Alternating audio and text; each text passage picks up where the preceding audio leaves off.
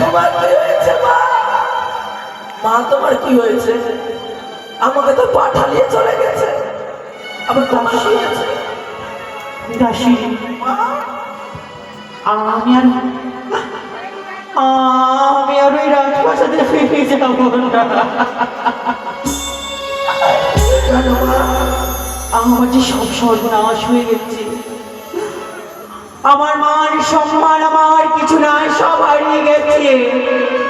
তোমার হারিয়েছে মা, আমার তো সব কিছু। এই সাগর জলে, এই সরোবরের তীরে আমি নিজের দেহকে ত্যাগ করবো দাসী।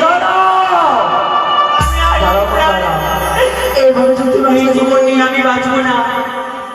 এ কি বলছো? আমি যে কলঙ্কিনী না, আর যদি তুমি নিজের জীবন পরিত্যাগ করে দাও, তাহলে ওই ছেলে যে তোমার সঙ্গে যে কুকর্ম করেছে তা যে আরো কোনো কেউ করতে পারে। আমি কি করবো দাসী? চলো মা, ছুটি চম্পকি নগরে উচিত বিচার নিয়ে আসবো। বেশ বেশ দাদি, বেশ। তুই যখন বলছিস যে উচিত বিচার নিব, হ্যাঁ মা, তবে আমি তার কাছে ছুটে যাব। কেননা এই যে আজ আমার সাথে এটা হয়েছে, আমি চাই না আর কোনো নারীর সাথে এরকম হোক। তাই এই মুহূর্তে আমি ছুটে যাব চম্পলা নগরে। দেখবো পাঠা ভাগের করিয়া পাঠা তোরা দেখবো থাক।